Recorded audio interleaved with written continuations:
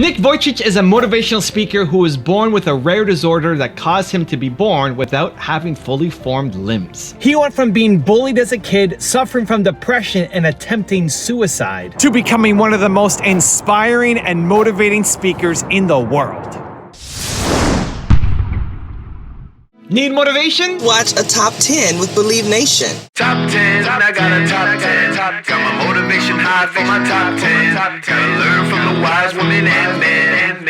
All my life, like 9 to 9. For my top 10, top 10, 9 to 9. This one's for my top 10.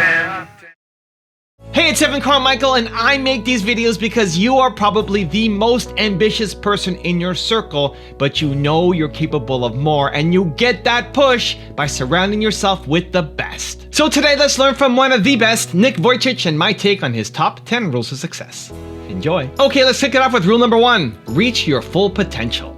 First of all, my accent's a little watered down from Australia. That's where I was born. Yeah. And my parents, they loved me. They encouraged me. They believed in me. They told me every day that I'm beautiful the way that I am. And when I asked them what happened, why was I born this way, they said, well, we don't know why, but there's a greater purpose. And I love your title, The School of Greatness, because that's what it's all about, leveraging your full potential and not saying and wishing and hoping, I wish I was given more to do more. But doing your best with what you have, those are the people who master full potential in their life. And I'm never going to be a motivational speaker to say everything's possible, just dream and it's going to come true.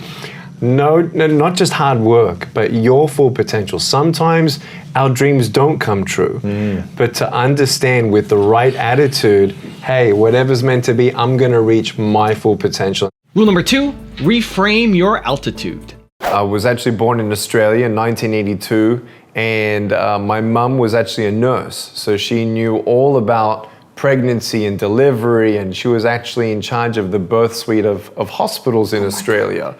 But when she was pregnant with her firstborn, me, they were so excited every time they did an ultrasound. Oh my gosh, they didn't even check that I had arms and legs or not. And so when I actually was born, that's when the room went quiet. And the doctor held me low enough so my mum couldn't see me, but my dad saw my shoulder. And they took me away quickly. And my mum's like, what's going on? And my dad, he walks out of the room, what's going on? He says, my son, he has no arm. He said, no, your son has no arms or legs, and we are so sorry. He will not walk, he will not go to school, and we're sorry that you did not have an opportunity to abort your child. And so my dad and mom, they consolidated, they obviously wept, and then my dad wanted to say to the doctors, I want to go see him, because they wouldn't let my mom see me at that time. He unwrapped me and he said, he's beautiful. And so I had a loving home from the day one. But day one, but I think part of it, and correct me if I'm wrong, Dad was warmer initially and more ready for that moment than Mom was, correct? For sure.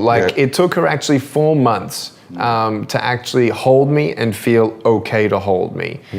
You know, when you go through grief, it's always about shifting and reframing your attitude to actually overcome not just facing adversities, but the perspective of even seeing, okay, how do I stay optimistic? How do I give hope a chance in this tragedy? And so my mom, we all had, 24 first cousins around us, and everyone's like, don't worry, we're here for you. They had a great support around them. But my mom did have her days where she's like, this is a nightmare. I can't do this. How can I get through this? What happened? Why me? Why him? And so we all go through those grief and questions when tragedy hits. Rule number 3, give your broken pieces a chance. I had a depression between ages 8 and 12 and attempted suicide right in the middle. And then the first turning point, which was awesome, I don't know about you, I have an assumption you like soccer. Yes. I love soccer. I can't wait for the World Cup. I hurt my little foot playing soccer to the point that I couldn't walk. In bed for 3 weeks, looking at the ceiling and thinking, man, I will never be angry about having no arms and legs. I am thankful for my foot. And my parents always said, do your best, and he does the rest. And so with that faith, love, and encouragement, I pushed through. 15 years old, I felt like I found the truth of my value and my purpose. And I realized that beautiful things can come from your broken pieces when you give your broken pieces a chance. And when you don't get a miracle, you can still be one for someone else. Rule number 4, be self-aware. I didn't know why I was born this way. I didn't believe I would actually become independent, married, now with 4 kids, traveling around the world to talk about hope was really fantasy. I actually felt like at one stage I had no hope for myself, no purpose. How old was that? How old were you when you had that? Yeah, age 6, 7, 8 were the bigger questions that I asked myself, saying, why am I here? Why did this happen to me? And I went to school and, you know, kids would come up and they would tease me and I'd try flip it around, you know, on a humorous level and say, you know, they ask me what happened, I just say cigarettes. And, right. You know, just the oldie but a goodie. Alcohol. And, alcohol, right. And, you know, I love pulling pranks, you know, today and doing crazy things like getting my friends to put me in the overhead compartment of airplanes and dress me up as a pilot. That's amazing. Yeah, it's been fun. Traveled now 74 countries and the universal truth of asking yourself, why am I here? What's my purpose? What's my value? What's my identity? Am I defined by what other people tell me? Am I defined by my previous failures and what I can or cannot do? And so that whole understanding of who you really are and the self-awareness that we all need to have and embracing who you are, embracing that you are unique, that there's not another you. And that's why my parents always said, Nick, there's not another you. Do your best. Keep going. Don't give up. Also, if you want to have more motivation, check out my 254 series where every day for the next 254 days, I'll send you a video to your email for free to move your motivation forward. The link to sign up is in the description below. Every single human being has value, and my value is not determined on how I look or what job I have. And for 3 months, he would chase after me and say, Nick, go speak, go speak, go speak. And I said, no, no, no, no, no. And finally, he twisted my arm. I said, yes. It only takes 3 seconds for me to tell you something discouraging, but then you may never forget my words. Rule number 5, build your self-esteem. When I went to school, I was the only one who looked like me. Sure. And I felt like I was the only one in the world that was like me. And it was wonderful when I'm at home and with my brothers and sisters. And I had a couple good friends at school, but for the most part, most kids made me feel uncomfortable and asked me questions. And I really started thinking about my life. I would be forced to just sit and think about life while I can't do everything that everyone's doing. I'm thinking, wait a second, the teachers who's standing next to me, they're here employed. My mom and dad are employed. What am I going to be? What if I'm not employed? And so at ages 6, 7, 8, I started asking the bigger questions. I can't do everything. I can do some, but man, am I ever going to get married? Am I going to be bullied for the rest of my life? And so those fears started creeping in for sure. What about your self-esteem? What was it like? It was very high highs and very low lows. It felt like I went through seasons. It was really dependent though on who I was with. And what I found though, gradually over ages 8 to 12, through my years of depression, that actually bottomed out at an attempted suicide at age 10. Wow. I realized that I was my biggest bully because someone only takes 2 or 3 seconds to tell you something negative, but then you need to understand, what am I going to do? Am I going to let that echo in my mind and start believing that echo? Or am I going to say, no, I'm not defined by how I look. I may not be good at this, but I'm excellent at maths. I can't do this, but I can still do that. And so that's the battle in the mind that I feel like everyone goes through, whether you have arms and legs or not. Some of us are disabled with a crippling self-esteem. Rule number 6, surround yourself with positive people. Loneliness is common to all, and I really felt like I was a burden to my parents. I felt like I'd never get a job, never get married. I thought even if I got married, can't even hold my wife's hand. Even if I had kids, I can't even hold them when they're crying. Today, my sons, if they cry, they hold me.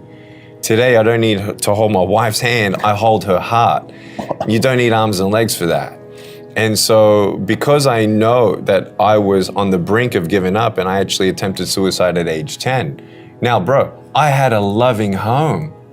I had a loving home. Wow. And that was the only thing that stopped me from going through with drowning myself in my bathtub. The fact that you had a loving home. The fact that I had a loving home. Half this country doesn't have one.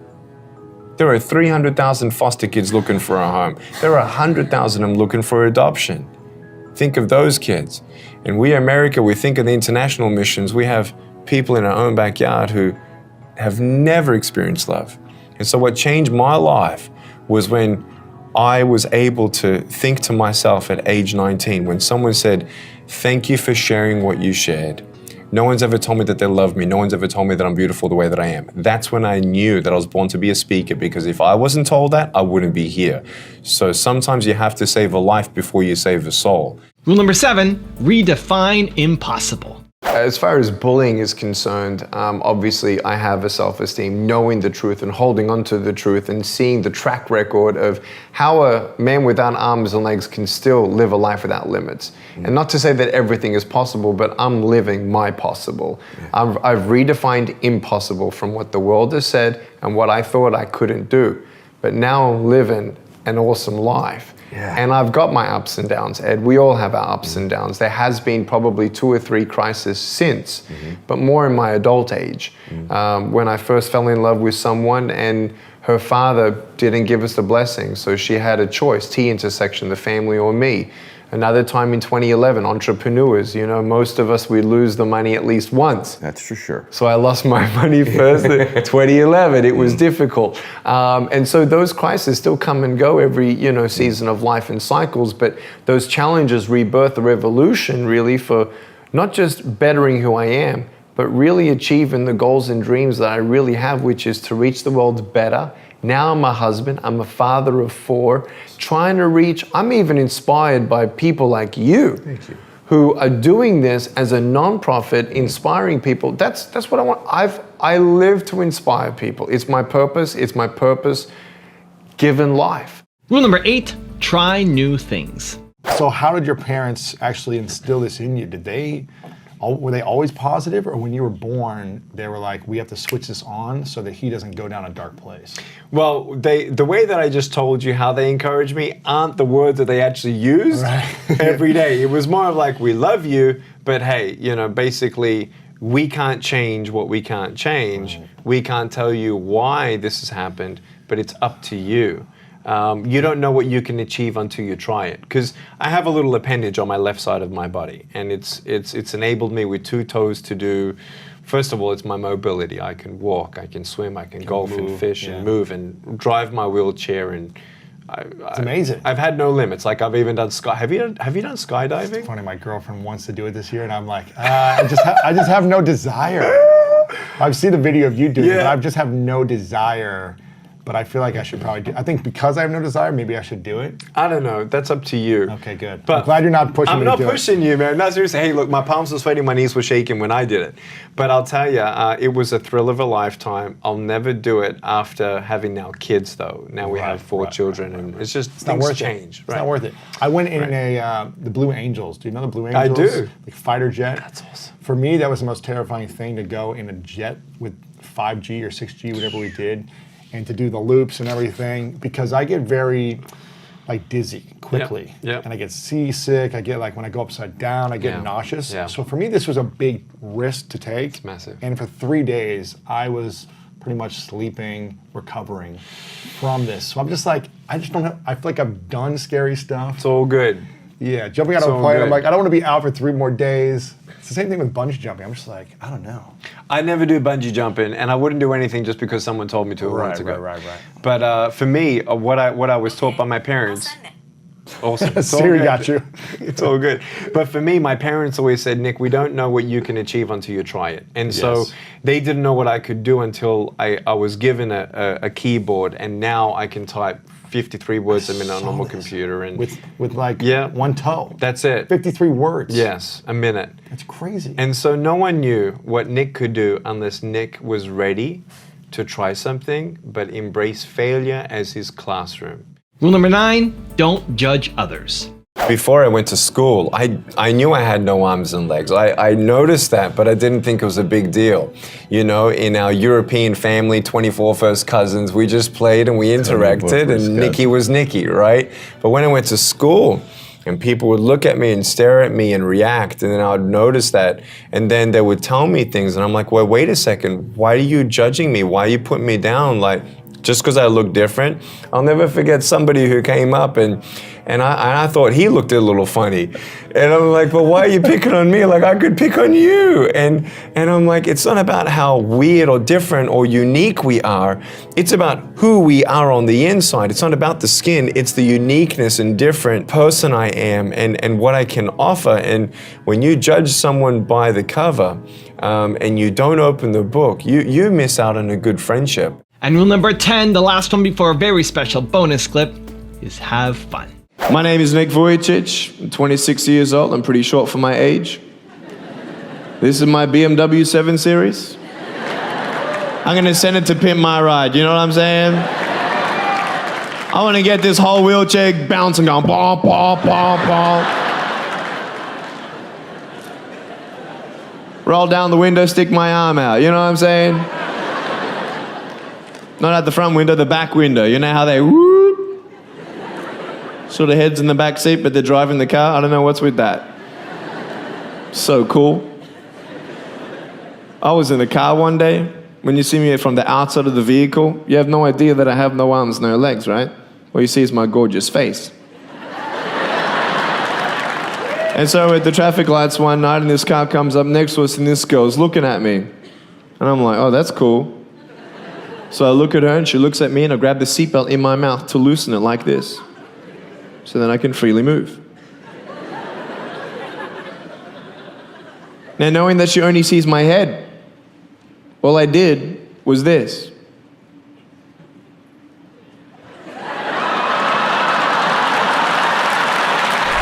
Now I've got a really special bonus clip that I think you're gonna enjoy, but before that, if you're still here watching, I wanna celebrate you. If you commit to taking action after watching this video, we don't just watch videos, we do something about it. Give me a hashtag believe down in the comments as well.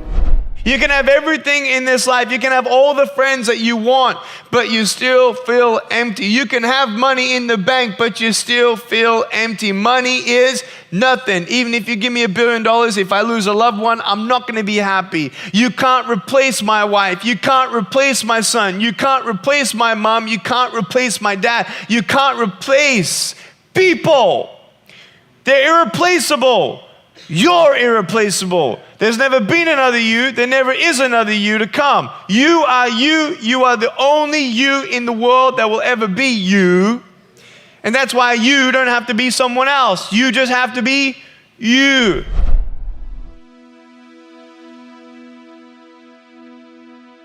If you want to see the top 10 I did on Robin Sharma, check out the video right there next to me. I think you'll enjoy it. Continue to believe, and I'll see you there. Why? Because they have betrayed the visions, ambitions, values, mission in their heart. They have betrayed their talent.